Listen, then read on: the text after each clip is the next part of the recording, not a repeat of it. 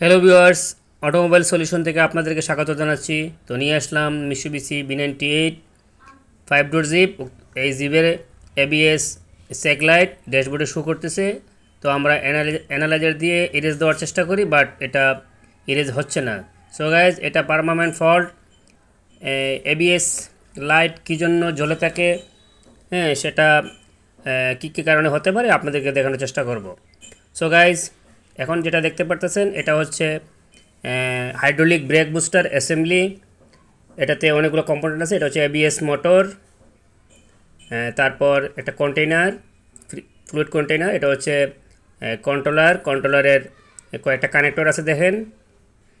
তারপরে ব্রেক সিলিন্ডারের জন্য হাইড্রোলিক যেটা ফ্লুইডের হুস পাইপ। তো গাইজ, এবিএস মোটর যদি কাজ না করে, অতিরিক্ত সাউন্ড করে, ফ্লুইডে যদি ময়লা থাকে, কন্ট্রোলারের কানেক্টরগুলো যদি লস থাকে, তাহলে ড্যাশবোর্ডে বাতি জ্বলে থাকবে। ABS that means anti-lock brake system. একটা গাড়িতে পরিচালনার জন্য প্রত্যেকটা চাকায় একটা করে এবিএস সেন্সর এবং প্রত্যেকটা ড্রাইভ শ্যাফটে একটা করে এবিএস রিং থাকে। সেখান থেকে এবিএস সেন্সর সিগন্যাল সংগ্রহ করে থাকে। এখানে কালো যে ডিভাইসটা দেখতে পাচ্ছেন সেটা হচ্ছে এবিএস সেন্সর, এবং শ্যাফটের সামনের অংশে একটা রিং আছে, সেটা হচ্ছে এবিএস রিং। এখান থেকে মূলত এবিএস সেন্সর সিগন্যাল সংগ্রহ করে থাকে। তো গাইজ, এটা হচ্ছে সামনের ডান পাশের চাকা। এরকম প্রত্যেকটা চাকায় একটা করে সেন্সর আছে। তো ভিউয়ার্স, আমাদের ব্রেক বুস্টারের ফ্লুইড কন্টেইনারে ফ্লুইড পরিষ্কার আছে এবং প্রত্যেকটা যন্ত্রাংশ সঠিকভাবে কাজ করতেছে, কোনো প্রবলেম নাই। এবিএস মোটরও ভালো আছে, কোনো প্রবলেম নাই।